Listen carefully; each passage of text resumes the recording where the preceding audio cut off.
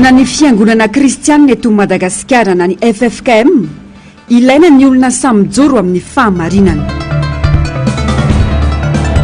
Fibodona tany 5,000 hektara ao Bamangoky, ministra vaovao voasaringotra.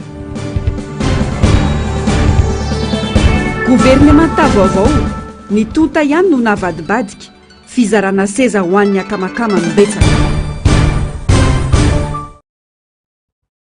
Manatitra ny araba tombo kilasy tongovavy tonga soa indrainao tanatin'izao fotoanany fampalalam-baovao izao.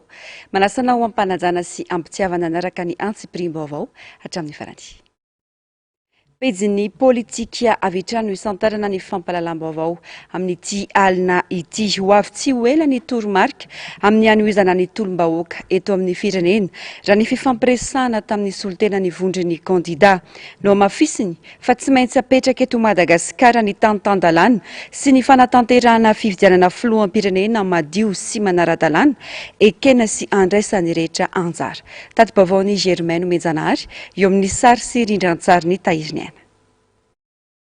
Tsy mbola niasa ny caution na ny vola antoka fandraisana anjara tamin'ny fifidianana ho filoham-pirenena hoy ny kandida Jean-Jacques Radjietson. Mirahina ireo kandida izay ao anatin'ny fanomanana tanteraka amin'ny fanohizana ny tolona. Tsy maintsy isy fifidianana madio sy mangarahara ao anatin'ny fanajana lalàna ho atao eto amin'ny firenena hoy hatrany ity kandida ity. Na isy législative aloha na tsy isy zay dia miteny foana zay tsy adala nandoa 1 milliard caution nandoavana ny caution iny anaovana fifidianana madio mangarahara ekeny rehetra. Amiko zany ny aho manokana tsy mbola lany iny caution iny fa mbola miatra iny. Za tsy mitena avereny le caution satria fa naloko iny anaovako fifidianana madio mangarahara ekeny rehetra. Dia miandry an'izay zay vao hoe lany iny caution iny. Fa tsy misy olona hoe andeha hiditra mpivarotra ianao dia ny vola lohanao fidiananao télé dia sotrokely nomeny anao. Tsy mbola nisy zany. Dia zay zany mbola za mbola nitenako zany, za mbola candidat ny caution mbola ao. Tsy mbola niasa iny satria nandoavako an'iny za tsy adala, reo olona miaraka amiko reo koa tsy adala, anaovana fifidianana madio mangarahara ekeny rehetra. Mbola tsy tonga zay, tsy mbola lany ny caution nefa mbola ao iny. Fivoriana voalohan'ireo kandida ny natao ny alakamisy lasa teo. Votoatin'izany ny fandinihana ny paikady anohizana ny tolona dia ny fitakiana sy ny fametrahana ny tantandalàna sy ny fiandrianam-pirenena eto Madagasikara. Manao tolona zany mila fanomanana, mila fampidinika azadino fa zay folona samy manana ny programanay zay. Tsy vita mora zany ny fampiresahana. Mbola miresaka aloha zay zao. Fa azadino fa ny rahan'ireo folona 200 reo nge zavatra hitovizana dia hoe tsy manaiky olona tsy manana zo-pirenena malagasy eo fitondrana. Tsy hoe mavaza azy averiko foana fa diso matsy ny olona hoe tsy manaiky vazaha. Tsy zay mihitsy fa na manana zo-pirenena 100 ary izy tsy olana raha ao anatin'le 100 zay ny zo-pirenena malagasy. Le olona tsy manana zo-pirenena malagasy zay ny takinay iseny ny asesen'ny gouvernement mitanila amin'ny olona anankiray. Izy nge tena zavatra mazava be fa osoka le teo. Isy teny nanao confrontation tamin'ny seny averiko foana zay rehefa mahazo aina manjery nanao confrontation tsy ny procès verbal aiza ny procès verbal ny seny nampitovina aminazy mitovy fa rehefa jerena le chiffre manao ny total tsy iny le chiffre andraisiny drala zany hoe le procès verbal zany tsy nampiasainy akory tsisy dikany akory dikan'izay inona le valin'le fifidianana osoka marina ny tenin'ny Andry Rajoelina mbola tsy nanomboka amin'ny fifidianana ny teny izy hoe lamy premier tour rehefa zay ve nataonao tsy lamy premier tour anao logiciel fotsiny no asainao miodina dia hoe meo 10% mihoatra dia tia meo an'izao tia ianao fotsiny misafidy tia meo an'izao tia meo an'izao tia meo an'izao meo 0% raha tsy etsona zay mivaly mpifidianana dia zay le izy ka zay ny takinay hoe verina foana iny mbola takinay foana raha misy fifidianana madio mangarahara iraisan'ny rehetra eken'ny rehetra. Miantso ny firaisan-kinana malagasy ny tenany manoloana ny fanohizana ny tolona izay ho atao ny vondron'ny kandida. Tsy maintsy ho avy hoy izy ny toromarika fa mbola eo am-panomanana tanteraka izany ny vondron'ny kandida amin'izao. Vaovao manodidina ny fifidianana kamin'ny olom-pirenena amin'ny akabeny. Isoratra anarana anaty listim-pifidianana amin'ny fanavaozana isan-taona ny lisitry ny mpifidy. Zava-dehibe anefa ny fifidianana ben'ny tanàna sy solombavambahoaka izay tena manakaiky vahoaka ary tokony irsoana araka ny lalàna. Eo am-piandrasana ny fahataperany fimpitoam-piasany ben'ny tanàna ofisialy mitony asa eny anivon'ny komina. Ravorazafy-maina mbola avatsara no mitatitra ny antsipirim-baovao. Na efapolo ny soratra anarana ho anty fokontany ity nanomboka ny 2 desambra teo anisokafa ny fanavaozana isan-taona ny lisitry mpifidy. Marobe anefa ireo olona tsy nahazo kara-pifidianana no tokony hanao izany. Vitsivitsy aloha zao ny olona tonga eto fokontany manao azay famerenana fanoratana anarana anaty fifidiana zay. Misy olona tsy tafiditra tamin'ny listim-pifidianana teo aloha iny dia verina manoratra ry zareo. Izany raha hita ihany fa vitsivitsy ihany tonga aloha hatreto.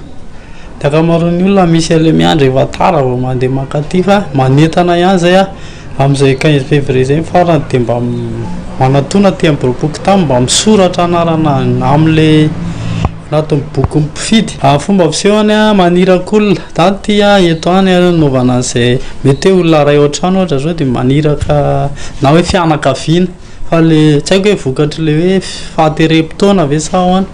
Fa misy koa miteny koa eny an-dalana hoe ho avy any zay dia tsy tonga akory. Ao anaty herinandro misy olona 5 tonga eo 5 eo izy tonga manao an'izay fisoratana anarana zay. Ndraindray koa izay mampatsy ahy. Ny lalàna ny tokony haneriny fanatanterahana amin'ny fifidianana ben'ny tanàna sy solombavambahoaka kosa ny fenoan-kevitra mpanao politika.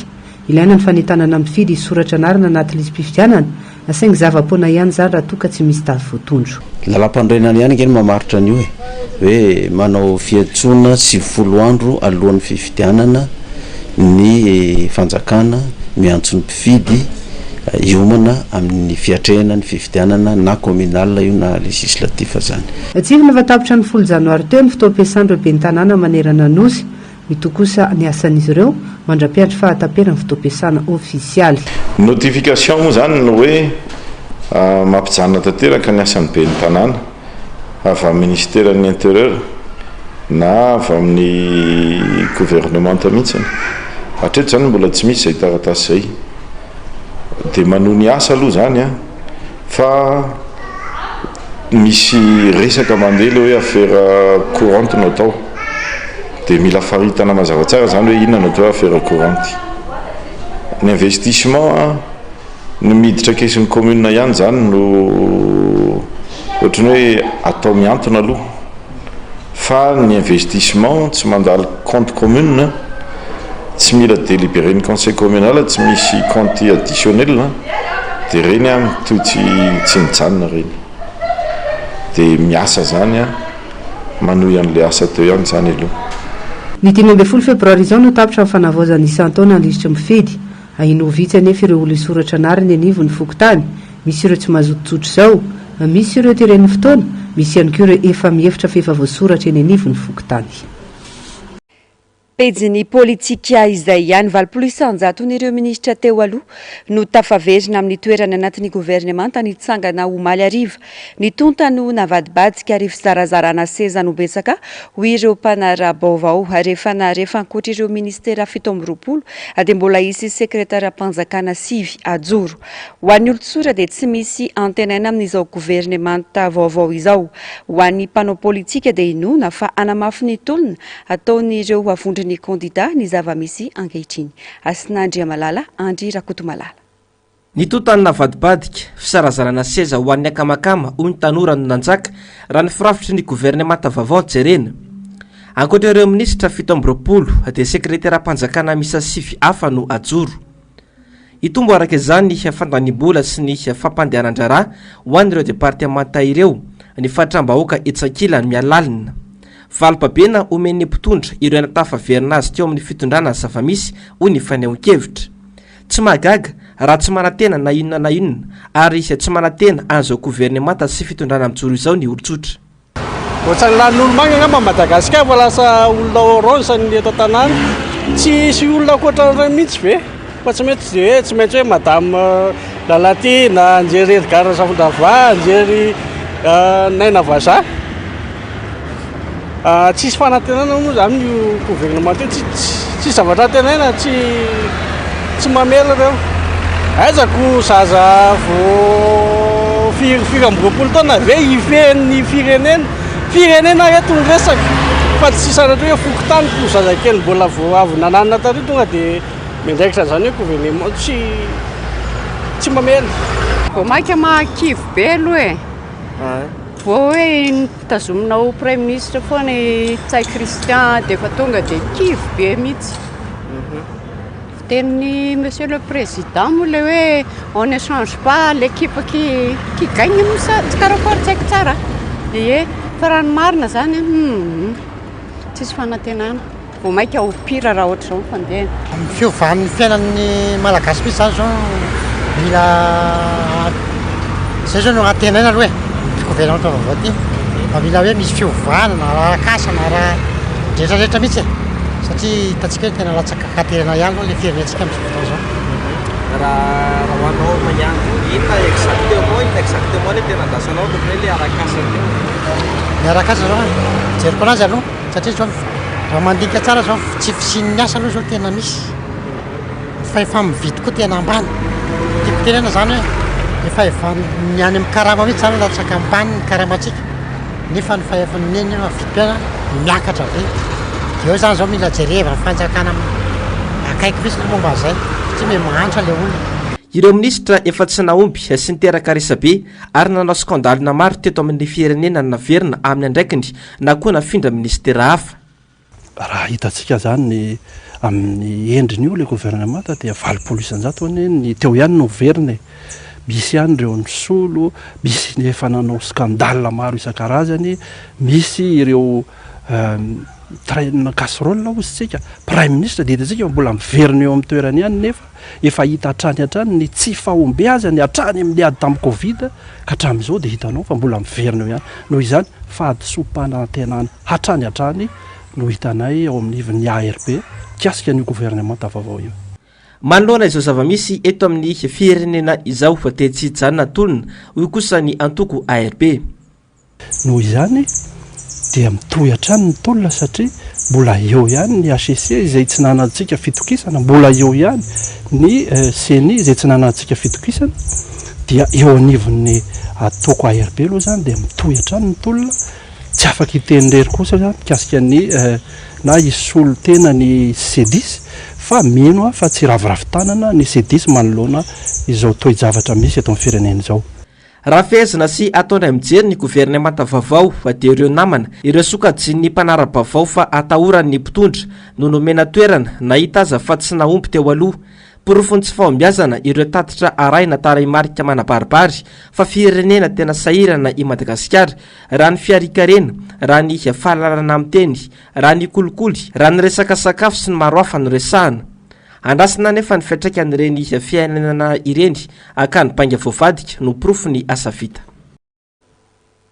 manodidina izay vaovao izay ihany anisanana hatrany maro ny nanendrena ny ben'ny tanàna n'Antananarivo renivohitra ho ministry ny fanajariana an-tany niteraka faneho-kevitra maro zany satria arahany rehetra mahita ny fampiteny renivohitry Gasikara kanefa dia notendrena ministry ny fanajariana ny tany ny tenany hatramin'izao aloha mbola tsy fantatra izay andimby azy tantana ny komina n'Antananarivo renivohitra ny fotoam-piasany raha teo ihany koa efa tapitra fanadihadiana nampametra-panontaniana ny sivana napetraka nazahoana nametraka ny Nana Andriantsitohaina ho ministry ny fitsinjaram-pahefana sy ny fanajariana an-tany ho ny mpanolotsaina an-tanàna Antananarivo renivohitra Ramatoa Clémence Rarinirina miba avokoa matsy ny maridrefy andrefesana fanandroso marina ny commune izay nitotany ity ben'ny tanàna TGV ity tao anatiny efataona ny fakana etra miopampana sy ny tsaradrariny ny fananganana orinasa tsy mazava ny fitoriana olombofidy tena nivon'ny fitsarana ny fatarany ny karamampiasa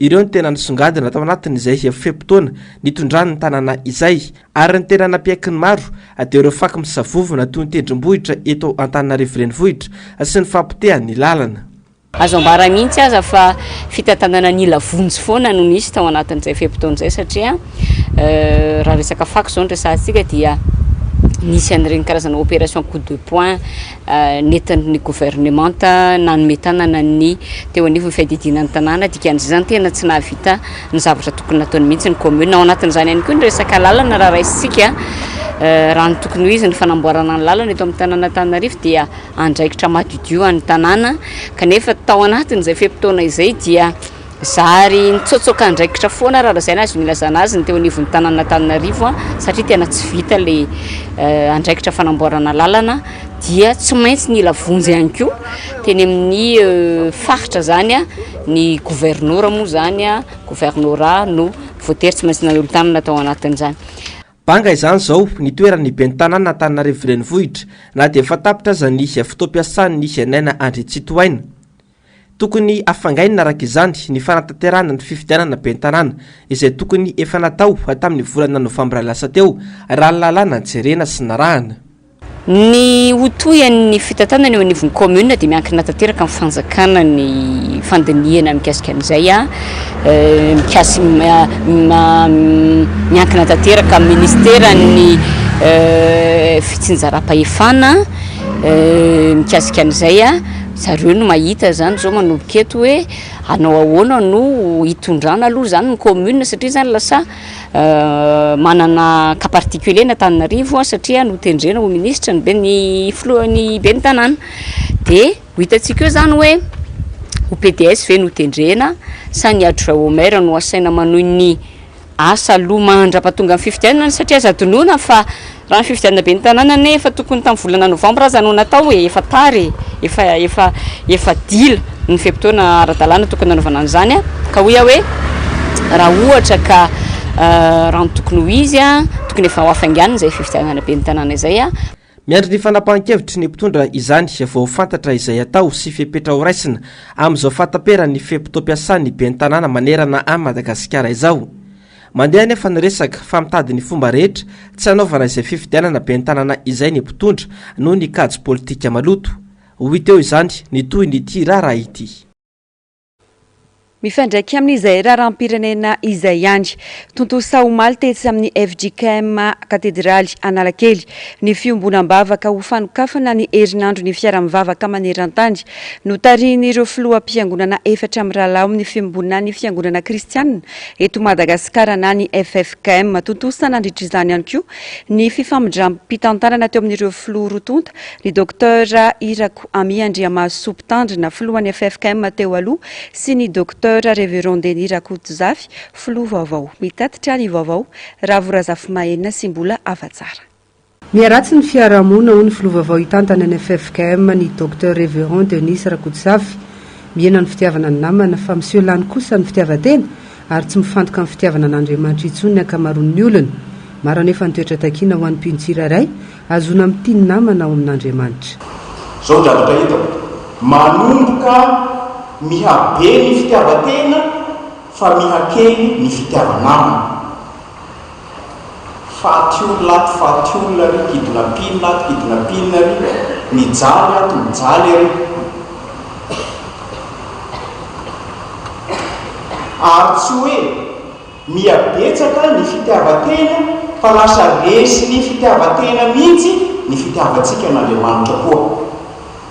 Namana zany efa tsy rara ina Andriamanitra koa tsy mila tombony anatin'izany fitiavana zany. Andriamanitra ry havana tsy mila tombony amintsika fa zany maha-izazy atsika identité zany ny ananatsika zany toe-panahy ahafahantsika mitia an'Andriamanitra zany. Inona moa zany hoe mitia an'Andriamanitra sy mitia namana zany naseho ny valiten'ny tompo zany. Ny amin'ny fahazavana fiainana mandrakizay dia mifandray ary tsy azo sarahana amin'ny fomba fiainatsika andavanandro zany. Raha tsy mametraka an'Andriamanitra ao ambony zavatra rehetra tsika ho lohalalana amin'ny fiainatsika ary mametraka ny namatsika mialoha ny itiavatsika ny tenatsika dia tsy ahazo antoka ny fidirana ao amin'izany fiainana maharitra mandrakizay zany isika. Tsy baikoa n'izany fiangonana faipoky ny fitiavana ary izay mahasamitsora amin'ny fahamarinana no iarahany fiangonana miasa hoy kosa ny filohan'ny FFKM teo aloha ny Dr Irako Ami Andriamasompitandrina. Tsy ny volana ny fitiavam-pahefana no baiko ny fiangonana niezaka nanao ny asa nampanaovina azy ny FFKM nandritra andro taona ary mbola noho izany raha ny fanazavana trany. Ny fiangonana dia iraka tsy baikony ny vola sy ny tombontsoa na ny fitiavam-pahefana ny fiangonana fa mandeha ny fankatoavana ny Jesosy Kristy izay maniraka azy ary izay olona rehetra vonina hijoro amin'ny fahamarinana arak'izany iraka migena azy zany no iarahana. Tsy sahiran-tsaina ny amin'izay fieveran'ny olona azy ny fiangonana fa mifantoka amin'izay iraka Jesosy Kristy lehibiany. Ny fanontaniana mibahana ao an-tsaina sy ambony ny fiangonana dia tsy ny hoe ahoana hoy ny olona ho faly ve ny olona fa ny hoe ahoana hoy Jesosy ho faly ve Jesosy. Amin'ny ataon'ny fiangonana raha faly ny olona ary faly Jesosy zay ny tsara indrindra. Raha tsy faly ny olona fa faly Jesosy tsy manino fa toy izany fiangonana ny diana. Ny loza man'ny fiangonana dia ny hoe amin'izay ataony faly ny olona fa tsy faly Jesosy. Miteny ny fiangonana fa izay ny mampaminany azy. Raha mihaino ny olona tsara, tsy mihaino ny olona ratsy. Saingy afaka didy ny fiangonana ary faly fanahajoro matoky teo anatrehan'izay naniraka sy nampiteny azy. Ny fampiasa ny fiangonana eo amin'izay teneniny sy ataony dia tsy miankina amin'ny vokatra azo ny fa miankina amin'ny toetra matoky joroana eo anatrehan'ilay hitsara ny velona sy ny maty naniraka sy nampiteny azy. Totosa homantany avitrika manalay kely ny fimbonam-bavaka ho fanokafana ny herinandro ny fiaraha-mivavaka maneran-tany notarian'ny filoam-piangonana 4 amin'ny fiombonan'ny fiangonana kristiana eto Madagasikara na ny FFKM. Totosa nandritra izany ihany koa ny fifamindram-pitantanana eo amin'ireo filoha rotonta ny Dr Irakoami Andriamaso Mpitandrana afiloan'ny FFKM teo aloha sy ny Dr Révérend Denis Rakotsafy filoha vaovao. Lafim-baovao hafa tanteraka kosa indray toy ilay vaovao fibodona tany 5,000 hektara ao Bamangoky dia terana ny an'ny zanaka tsy monosy mivondrona amin'ny fikambanana Masikoro raha nahita fa ilay olona voatontonona ho isan'ny tompon'andraikitra amin'ny fibodona tany ao Bamangoky io dia voatendry ho minisitra. Ia mafy araka izany etsim-panoera nataon'izy ireo raha ny fanazavana. Asin'Andriamalala, Andry Rakotomalala. Aterana sy agagana ho an'ny Masikoro ny nahita sy nandre fa voatendry ho minisitra ilay olona voatontonona fa anisan'ny tompon'antoka amin'ny fibodona-tany ao Bamangoky. Tsy aivina fa 5,000 hektara mahery ny tany vaovao misy mibodo ary saika manam-pahefana avokoa ny voatontonona amin'ity raharaha ity. Anisan'izany ny iray amin'ireo minisitra lehilahy voatendrena omaly raha ny fanazavana. Tamin'izany fotoana izany ary izy mbola tompona andraikitra ny université efa masa manao an'izany zavatra zany ary trésorier national na totsika hoe fiangonana anankiray ihany koa mba tsy tenenako hoe izay ao anatin'ny FFKM mba tsy tenenako hoe izy ao anatin'ireo efa izany no fanaparam-pahefana nataony tany amin'ny faritra Tsimandrefana indrindra ireo resaka Bamangoky io zao izy lasa ministra dia ozy hoe mba tokony jerena ihany. Tsy lavolefina araka izany ireo vahoaka sy ny fima malona izao tranga izao. Laza izy ireo fa anamafy ny tolona fanoerana izao fibodona tany izao. Ary fean'izany dia ny hoe vao maika zany nenay hiamafy miady amin'io resaka Bamangoky io satria vao maika nahazo fahefana bebe kokoa ny ohatran'ny teo indray zany ny olona tafiditra ao anatin'io raharaha io dia ho mafimafy koa zany nenay ny fanohizana ny tolona anankiray io. Milaza fa manana porofo rehetra azahoany miteny fa anisan'ireo ao ambadiky ny fibodona tany any Bamangoky ity ranga ministra ity ho io hatrany ny filoha-lefitry ny fima Andriamatoa Eliara-Bevahiny. Pejiny toe-karena ady an-trano loza voajanahary matsiravina ary tsy fahaiza mitantana ireo no teboka telehibe mahatonga ny firenena iray ahantra. Ny roa voalohany anefa dia tsy hita teto Madagasikara araka izany dia ny tsy fahaiza mitantana no mahatonga ny firenena latsaka kanterena lalina ho ny mpanao politika Andriamora Sata Julien no mafisy ny famila fahaizana sy traikefa ny fitantanana ny firenena fa tsy ny fanaovana ariary zato ampandrina. Germaine Menjanahary, Tahiriniana.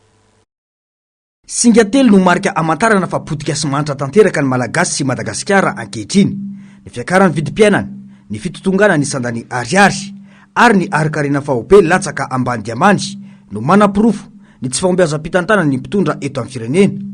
Mahamenatra ny maheno ilay firenena ho isan'ny manan-karena ambany sy ambonin'ny tany, saingy firenena farany manitra indrindra maneran-tany, hoy ny mpanao politika Julien Andriamorasata. Raha tamin'ny 2008 tamin'ny 2009 ny fanampanjakana ny $1 zany tamin'izany fotoana zany dia 1620 ariary. Io rapport de suivi ny OMD io office ny objectif pour le développement tamin'izany 2010. Io ny tena tamin'ny 2008 ozy izy ny dollar anankiray dia 1620 ariary. Ankehitriny zany dollar ray 5000 ariary. Zany hoe tonga na 10 zany efatseny vola malagasy. Zay koa moa fa tamin'andron'ny président Ravalomanana talohan'ny 2009 dia 8% taux de croissance économique atsika. Tsara zany ahita misy économiste mahay zany dia tsara zany tena misantsara ty artika. Tamin'ny 2009 fotsiny nefa dia fanena moins 3,7% taux de croissance atsika. Ary tamin'ny 2010 dia mba teo amin'ny moins 0,05%. Tamin'ny 2012 banataka 0,5%. Tamin'ny 2019 dia mba afaka plus de 2%. Fa 2020-2021 dia lasa moins 1,7%. Nidina indray. Isan'ny nampiavaka ny filomarika Ravalomanana tamin'ireo mpitondra ny fandimby teto ny fahaizana mifampiresaka sy mandresy lahatra ireo mpamatsy vola sy ny mpiara-miombonantoka. Mbola ny filomarika Ravalomanana irery no navitana mahafantrosan'ny Madagasikara teo anatreha ny mpamatsy vola mahazatra. Tsy mbola nisy filoam-pirenena navita izany teto, hoy ny fanazavana. Raha tonga teo président tamin'ny 2006 avy tena idera comme président de leadership ananan'izay. Tamin'izay fotoana zay tamin'ny 2006 dia nandalo teto ny président de groupe ny Banque mondiale James Wilkinson ny tenariny nandalo teto tamin'izany ary nangataka monsieur le président mba hifoanana ny fosatsika dia miketrana teo amin'ny $2,600,000 tamin'izany tamin'fandalovany io président Banque mondiale. Irmata teo indrindra zany rehefa mivory ny conseil d'administration mixte conflazazo Banque mondiale CFMI dia foana le fosatsika. Fa amin'izao fotoana zao $7 milliards ny fosatsika. Ary mampaleo satria tsy misy angarahara zany amin'izany fosy zany. Tsy misy atao hoe retombé impact ketraikany aty amin'ny fiainam-bahoaka fa ny anahantra dia firenena malagasy. Tsara hoy ity mpanao politika ity ny manamafy fa hatrany amin'ny 700 ny arikarena fahobe vao azo lazainy fa manomboka mandroso ny firenena iray. Atreto mbola hatrany amin'ny 500 no vitan'ireo mpitondra taory ny fitondrana Ravalomanana izay nahavita 7,500 ny arikarena fahobe tamin'ny taona 2020. Vavaon'ny toetry ny andro misy raombaratra matanjaka any amin'ny manodidina ny 300 kilometatra avaratra andrefan'ny tanjona Vilanandro any Besalampy. Hatraka ny fampitam-baovao avy eo anivon'ny sampana mpamantatra ny mety ho toetry ny andro. Tombanana ikisaka miatsinanana somary atsimo atsinanana io tangorin-drahona io raha ny voalaza ka hipaka any amin'ny ilany avaratra andrefanosy rahampitso talata. Azo vana noho izany ny talio atao anatin'ny 3 na 4 andro manaraka. Tombanana ho betsaka ihany koa ny rotsakorana 20 hatramin'ny 20 mm ao anatin'ny 420 ora any amin'ny ilany avaratra sy avaratra andrefanosy. Misy noho izany filazana fampitandremana eo amin'ny fabetsahan'ny rotsakorana ny 12 sy ny 17 janoary 2022. Mety hiteraka fahasimbany eo amin'ireo fotodrafitrasa, fiakaran'ny rano ao amin'ireo toerana mora tondraka, fiakaran'ny renirano ary ny fiotsahan'ny tany sy ny lalana izany. Voakasika ao anatin'ny filazana fampitandremana amin'ny loko mavo na loza manambana ny faritry Boeny, Sofia, Nosobe, Ambanja ary Ambilobe. Entanina trany araka izany rehetra, anaraka ny toromarika omeny ireo manampahefana isan-tokony ialana amin'ny loza mety iseho. Mbola tsy vita fa mitohy ny tolona hametrahana ny ara-dalàna sy ny fiandrianam-pirenena. Manoloana izany dia nampiomana ireo mpikatroka amin'ny Antokotsiky Madagasikara distrika Anatsimon-drano ny solombavam-bahoaka ao an-toerana ny amin'ny tokony hiomanana hiatrehan'izay fanohizana ny tolona izay. No avy ny tsiraray sy ny taranaka no mila banjinina manoloana izao loza manjo ny firenena izao. Germaine Menjanary, Taizinaina no mitatitra ny vaovao. mazava ny toromarika avy amin'ny filomarika ravalomanana mbola tsy vita ny tolony noho izany mila mivonina ny rehetra mba anoizana sy anamafisana ny firaisan-kina anatratra ny tanjony. io no afatra natao ny solombavambahoaka any Ratsimbazafy nadritra ny fampiarabanana tratra ny taona natao omaly no mafisiny fa mitaky andraikitra avy amin'ny tsirairay izany toromarika izany indrindra fa ho an'ny mpikatroka tiako i Madagasikara rehetra ary isan'izany Atsimondrano. Ny tantsika dia nametraka firenena vanina ao anatin'izany dia andraikitra ny rehetra izany tsy anjarako zasa amin'ireny fa anjarantsika tsirairay avy. Ny tontolony araka nefa nambara tena no iresatsika amin'ireo collectif de candidat izay efa nanambara fa mikatsaka hatrany ny ametraka ny tantandarana mikatsaka hatrany ny ialana amin'ny kontory ary nametraka hatrany amin'ny fametrahana ny laitsiny hoe tombontselom-bonaka ka ny fanontaniana dia hoe vonona vesaka ty Madagasikara tsy milana misy miteraka any amin'n'olona. Ny antefa manokana tany amin'ny vehivavy kosa ny afatra nataony Sylvia Ratsimbazafy miaritra ny mafy ny vehivavy ankehitriny ka tokony hitraka sy hiady ametrahana ny moavy mamiratra.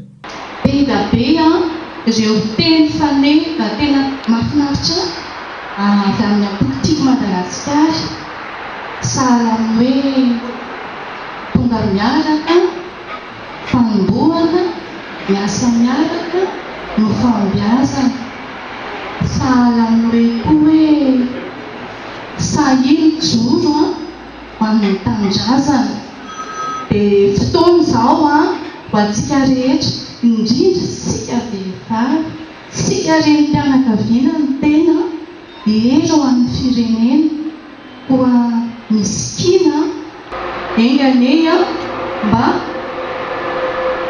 ho soa sy ho tsara ho antsika mianakavy ity taona 2024. Nisy olo tena avy amin'ny Fokotimy, Komtimy ary ny Disitimy ho an'Antananarivo Atsimondrano no niona teto niaraka tamin'ireo olom-bofidy amin'ny alalan'ny antoko sy ny biro politika ny tiako i Madagasikara. Amin'ny mafy fampiarabana ho tontoana azy dia nisy ny fanolorana fanomezana sy fizarana mofomamy. Vavaony sosialy mbola tsy tonga ny antsena ireo vary vao niakatra ho ny mpivarotra. Tsy toy ny taloha fa vitsitsy ireo tantsaha no mivarotra ny vokabariny ka mety hisy fiantraikany amin'ny vidim-bary ny antsena ny fiakaran'ny vary aloha. Na dia maro amin'ny vary eny amin'ny Lemakibe tsy mitatatra aza no mbola tsy matoy dia manomboka mijinja vary ireo tantsaha no ny tahotry ny rivodoza. Ravora Zafimaina sy mbola avatsara. Vidim-barina farana ny vidin'ny vary aloha miakatra eny antsena ho ny mpivarotra. Tsisy fiantraikana mety ho fidina ny vidim-bary nefa ny fiakaran'ny vokatra izay miakely isan-taona. Tokony efa mandray vary vao ny tsena amin'izao fotoana izao, saingy mbola tsy hita eny antsena izany. Mbola tsy nisy hoe fidinana aloha izany satria le vary vao zany mbola tsy tonga eto aminay mihitsy zao raha eto amin'ny anay eto aloha. Ambanimbany kokoa noho le varotra anay ny aloha izy. Izay aloha tsy haiko indray aloha fa arakarany satria le vary vao ane ohatrany tsy dia maharaka fa kelikely. Manomboka mijinja vary tsy kelikely ny eny amin'ny Lemakibe tsy mitatatra. Mbola tsy anaty vanim-taona fijinjana kanefa efa misy manao izany. Noho ny tahotra ny rivodoza dia tsy maintsy esorina ireo vary. Maro tamin'ireo olona sendranay no laza fa tsy afaka mivarotra ny vokabary ny tonteo aloha izy ireo afanatokana hoanina ao an-trano ny vokatra. Manodidina 5,00 hatramin'ny 7,00 ny vary iray gony arakaraka ny kalitao sy ny toerana ny aviany. Ny vary pakistanais izao manodidina 5,00 ny gony raha 7,00 kosa ny vary avy any Inde. Manodidina 700 hatramin'ny 10,000 kosa ny kapoaka ny vary gasy. 700 zao ny mora indrindra le vary tsipala, ny lafo indrindra 303 makaliko 700 Fananapa-kevitra ny ampiato ny toeram-pianarana ireo talentsekuly rehetra manomboka eny amin'ny EPP, CEG ary lycée na miankina na tsy miankina amin'ny fanjakana any Tsirarakibe Lotsiribina manomboka androany alatsinainy hatramin'ny fotoana mbola tsy voafaritra noho ny firongatry ny kidnapina ny antoerana. Tahory ny fakana-keriny nataona dahalo mpianatra mianadahy 5 sy 13 taona tao Antsirarakibe Lotsiribina tamin'ny sabotsy 13 ifony alady 14 Janoary teo teo mantsy dia fantatra fa ireo mpampianatra indray no hiara-ny fampiororona fakanankeriny ataon'ireo olon-dratsy. Raha ny loharanom-baovao mbola tsy nahazoam-baovao hatramin'ny androany makasika ireo mpianatra mianada nalaina ankeriny ireo. Mandro tsy lavoloha ka avy taraina manoloana ny zavamisy ireo mponina any an-toerana. Ankoatra ny fakanankeriny, fantatra fa manjaka any amin'ny ity faritra ety ihany koa ny alatr'olona sy ny alatr'omby. Farany eo amin'ny maresaka avy any ivelany niara-ny fanafiana anabakabaka sy daroka bomba mahery vaika nataon'ny tafika israeliana indray tao amin'ny tanànan'ny Khan Younes sy Rafah any atsimo ny Gaza omaly alady foandroany alatsinainy. Vokandry palestiniana impolo mahery no namony endry ampolony hafa naratra mafy. Mialy rarinombana ny artanjona. Tsy misy fahatapera ny fanafiana sy ny daroka bomba ataon'ny tafika israeliana any Gaza. Palestiniana tsy latsaky ny enimpolo no indray namony ainy vokatry ny fanafiana anabakabaka izay nikendrena manokana ny tanànan'ny Khan Younes sy Rafah any atsimon'ny Gaza alina. Olona ampolo ny ihany koa no fantatra fa naratra mafy vokatry ity fanafiana ity araka loharanom-baovao hatrany. Heverina ho nisy fandraisany tamin'ny fisamborana ilay tovolahy israeliana 20 taona mpanao baolina kitra tany Turkia ity fanafiana sy daroka bomba vaovao ity. Nitondra hafatra hoe 100 andro 7 teo amin'ny tanànakavy milaza ny ady sy ny fifandonana eo amin'ny Israely sy ny Hamasa ilay mpanao baolina nandritra ny lalao fiadiana ny tompon-daka ny diviziona voalohan'ny Turka ho malalahady. Nosamborina ary nentina nanaovana fanadihadiana avy hatrany ny tenany. Fandrisihana pahibe maso amin'ny fankahalana sy fanohanana ny vonolona nataon'ny Israely tao a Gaza no nanenjehany fampanoavana tany an-toerana azy. Raha ny vavona voakan'ireo haino manjery Turka nisorona tao amin'ny ekipa n'ilay tovolahy ary notazonina natao andromaso. Manondro ireo 100 andro lasa hatramin'ny nanombohan'ny fanafiana miosin-draha tamin'ny 7 oktobra nataon'ny hetsika islamista palestiniana Hamas tao amin'ny tanin'ny israeliana ny afatra fohy nataon'ny ity mpanao baolina ity teo amin'ny tanany raha ny voalaza hatrany.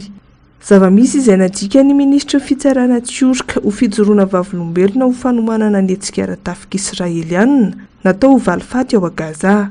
Nandany fiampangana azy moa ilay mpanao baolina izay nilaza fa tsy pomba ady ny tenany ary tsy nanao na inona na inona. Araka ny antotan'isa vaovao navoaka ny ministeran'ny fahasalamana ny Hamas, tafakatra 104,000 ny isan'ireo palestiniana namony ainy vokatry ny ady eo amin'ny Israely sy Hamas nanomboka ny 7 oktobra 2022. 437 kosa ireo olona naratra tany Gaza vokatry izay ady izay. Tapitrany fampalalam-baovao mankasitraka fenanao nanaraka izany hatramin'ny farany. Toy ny mahazatra ho arahinao misesy izao ny fandarana ahoana marina ny Global News aorin'izay kosa ny horonan-tsary mitondra ny lohateny hoe en plein vol mialohan'izay kosa mbola isy ny fandarana dinika izay ho arahinao isaky ny alatsinainy toy ny mahazatra. Ny sampana fampalalam-baovao tomboka lasy tongovavy mametraka ny veloma mandrapitafa amin'ny rampitso indray. Veloma tompoko.